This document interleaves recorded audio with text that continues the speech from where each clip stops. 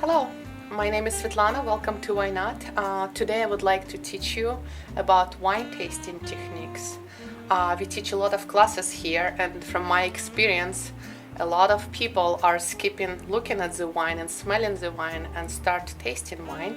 And it's very important as a part of wine learning experience and wine appreciation to look at the color of the wine. For example, for white wine, you should always look at the color against the white piece of paper. If white wine are young, they always will have greenish tint in color, and if they become older, they will become darker in color. When you evaluate the red color wine, you should always look against the print. If you see almost letters when you look at the print, it can tell you wine is pale color, and if wine is dark, you won't be able to see anything. So the next very important step is swirl the wine, because oxygen will help wine to become more pronounced in aromas, and also you can see the tears coming from the top part of the glass going down. We call it legs, and short legs usually will mean that wine is very light in alcohol level, or basically light body wine. Long tears or long legs can tell you that it's full body, rich and intensive wine in your glass. Also, the good quality wine should always be clear. If wine has cloudy color, it can tell you wine is spoiled by bacteria, and you should not drink this wine or return this glass if you are going out to eat. The next step is smell the wine. So many people tell them, I cannot smell anything, so you can use little trick. You can use one arm to a little bit warm up wine in your glass and cover glass with second arm and swirl. So it will concentrate the smells in wine and they will become more pronounced. Our nose can detect about 10,000 different smells. What I like about this wine, it can bring you to wonderful places without buying airplane ticket. It can bring you to Tuscany, or remind your special vacation in Cape Cod, or remind you childhood and special homemade jelly your grandmother used to make. So smelling the wine, it's a wonderful part of wine appreciation. The first wine we are tasting today, it's Grüner Veltliner from Austria. It always has beautiful citrusy green apple notes and a little bit vegetal. And it's one of the best wines to go with artichokes and asparagus. The next step is taste the wine.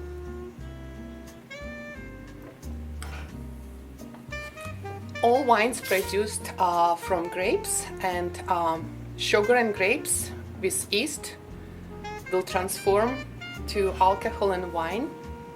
If all sugar would be fermented, it will create bone dry wine. It's mean like no sugar left in wine. And the good example of bone dry wines is beautiful champagne from France or nice bottle of Chianti. Majority of wine from warmer climate countries will be made in dry style, and the most famous dry off style of wine is German Riesling. And sweet wine are usually dessert wine. It's mean about 12% of sugar left in wine. So sweetness in wine is the first things you will detect, because it will be detected on the tip of your tongue. The next component in wine you should look is acidity. And high acidity wine will make your palate very watery, and you will feel more hungry and thirsty. This is why a lot of smart sommeliers will offer you a glass of sparkling wine as a first course, because you will feel more hungry and thirsty and your bill will be higher. So not smart sommelier will offer you a glass of Californian Zinfandel, which is usually have 15 or 16% of alcohol, and it's usually produced in very full body and rich style and has less acidity. And suddenly you feel like, why should I have dinner? I should have another glass of Zinfandel and go home to sleep. So high acidity wine is food-friendly wine. It's wonderful, wonderful component in wine, which will bring flavors of food on next level. The next component when you taste wine, you should look for tannin, and it's usually typical only for red wines because it came from skin of the grape. Tannic wine will create dryness in your palate, especially next close to your gum. and acidity and tannin in wine is extremely important. Wine expert will call it structure. And if you're buying collectible wines, they should be always have structure, high acidity and high tannin, because this wine can be aged in your cellar much longer than like very easy to drink lush wine, for example like Malbec, because it's very easy to enjoy, but in 10-20 years it will be not very pleasant wines to drink. Body in wine, it's sensation of richness, and when you taste body in wine, you can think about light body wine. You can compare of drinking a cup of skim milk. Sensation of richness will be gone in few seconds. Medium body wine, you can compare of drinking whole milk. You will have longer sensation in your palate. And full body wine, you can compare of drinking heavy cream. It will be thick, rich sensation in your palate, and sometimes you feel like you need to clear your palate with some glass of water or some piece of vegetables. After tasting the wine, you should think about quality of wine.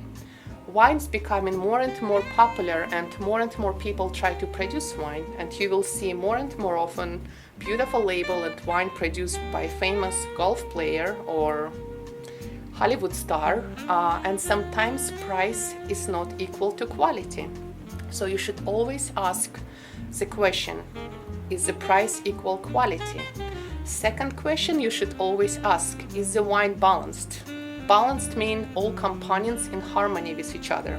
Some wine can be too oaky or too thin or too unbalanced and hot in alcohol. The next question you should ask, is this wine ready to be enjoyed now, or it needs few more years to become more complex and more easy to enjoy? And the last question is the most important question, do I like this wine? Because wine, it's pleasure, it's personal experience, and don't listen snobby experts saying, trust me, this $50 bottle of wine is so good because Robert Parker gave this wine 96 points, and 10 people before you came bought 10 cases. Trust your palate and enjoy what you like. Thank you very much, and we hope to see you at Why Not.